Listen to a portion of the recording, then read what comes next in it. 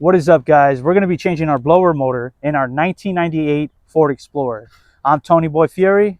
Come on, let's get our hands dirty. All right, guys, so one of the first things you're going to want to do is you're going to want to unplug your battery. You're going to be unplugging your battery because there's a couple of things you're going to be messing with that involve the wires, especially the blower motor wires, and you just don't want nothing to mess up or short out when you're trying to unplug some of these things. So I suggest unplugging the battery. Now let's look at what kind of tools we're going to need for this job. So yeah, out of your basic toolbox, all you're going to need is 8 things: socket wrench, flathead screwdriver, a couple extenders, and a 11 millimeter, 10 millimeter, and an 8 millimeter, and this little thing right here that pops into your socket wrench. That's all you're going to need. 8 items from your basic toolbox. Alright, guys, so the next thing you're going to want to remove after you unplug the battery is you're going to want to remove the air filter box. It is difficult, but not difficult to remove it.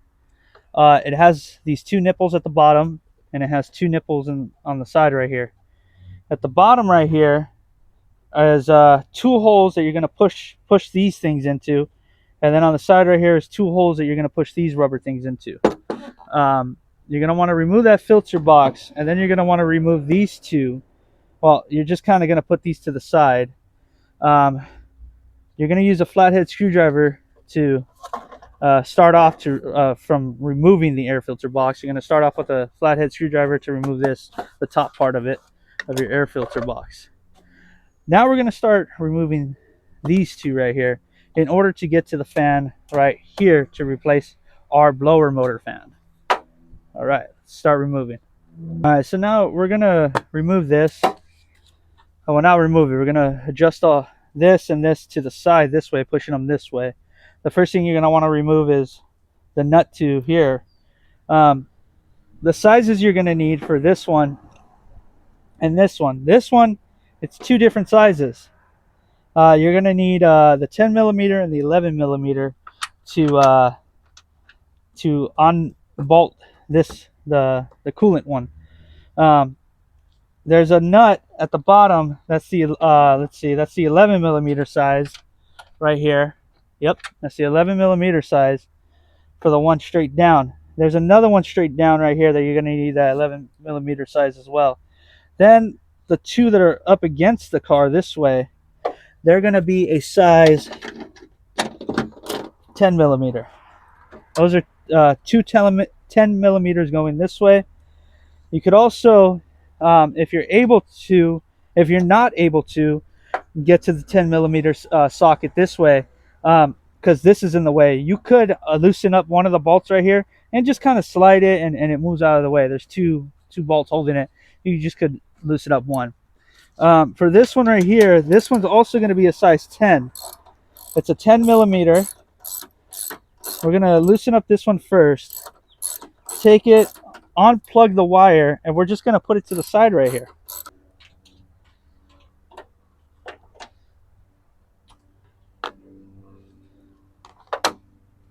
Now once we had taken out the bolt for this one right here, it's just hold on to by one bolt, and then it's kind of slid in, so you kind of just lift it and kind of pull it out, and then it just pops right out. This just kind of locks into the wall of the sidewall to the car right there. Now we're able to get to these 2 right here, and like I said, there's a bolt straight down and a bolt straight down this way, and on each side there's 2 bolts this way. Okay, and all right, so we got that nut, the last nut that was holding it straight down right here. And now what we're gonna do is, if you want, you could unplug the wires to this, because we unplugged the battery. If you feel more comfortable doing that, go ahead and do it. Me, what I just did was I unscrewed the little switch right here for the trunk, for the hood, sorry, the hood of the engine. And all I'm going to do is try to lift it out a little bit, get it as far away from the blower motor as possible, to give me enough room to take out that blower motor, which it's not gonna take a lot of room, but you do need some room. And I just put mine to the side a little bit like that. That's about as much room as you need right there. All right, let's get into the blower motor. All right, guys, so this is your blower motor. You're gonna have 4 bolts on here, okay? You're gonna have 4 bolts connected to it, and then you're gonna have 1 wire. You're gonna have this rubber connection to it. It's like a little filter for it, a flow, like an airflow tube that's connected to it that you're gonna take off as well. Our new blower motor comes with a new filter that goes in between here and the blower motor, and it comes with a new rubber hosing, so we don't need anything that's going to be on here. We're just going to take off the bolt right here, the bolt at the bottom right here, the bolt right here, and the bolt at the bottom right here. All right, so for the bolts on the blower motor right here, you're going to need a size 8mm. Okay, you're going to need an 8mm to take off the 4 nuts on the 4 bolts on this one right here. Let's get that started.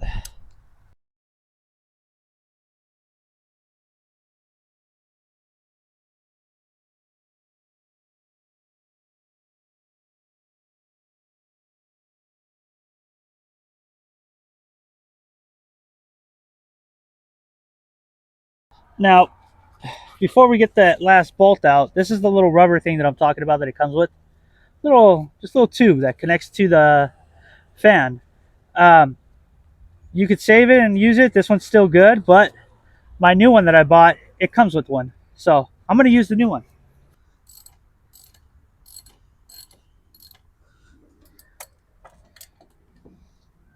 Let's pull our fan out. Let's see. Get it out. Should slide out. I think I have a wire. What's blocking it? This wire? Move the wires out of the way, and it slides out pretty easily. This is our old fan right here. This is our old one. Now, the way I found out that this one stopped working was I had previously taken it out to look at it and to look at the airflow restrictor. When I took both of them out, I cleaned the restrictor and I cleaned this as best as I could. When I plugged it all back in and I turned the car on, I plugged the battery back on and I turned the car on, and I left this kind of just hanging like this on the side where it wouldn't hit anything. And I just turned it on and I put the air on, and this was not spinning at all.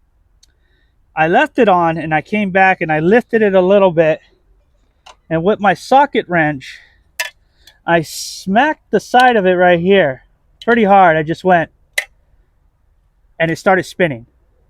So that's how I knew that this was going out. Because kind of like how a starter, you know how when you hit your starter and it now it starts to kick in, it's kind of the same thing. Because in here, it's if you look inside the holes, it's a lot of wires and magnets in there that help it spin. So I smacked it and it started spinning, and it spun for a little while and then it stopped. So now we're gonna put in the new one, and here's the new rubber, the rubber right here that it connects to. Everything seems to look the same as the old one. So inside the wiring ports right there, they look the same. Everything seems to look the same. Same setup. So we're good. But before I put it all into there, what I'm going to want to do is do the same thing that I did earlier to the old one. And what I'm going to want to do is I'm going to plug it in, plug the battery back in, and see if it turns on. All right, so I put it in a way where this could still spin. I'm going to plug in the battery. I'm going to sit in the car, put my key in, see if this works. Battery's plugged back in. Let's go inside the car, turn it on.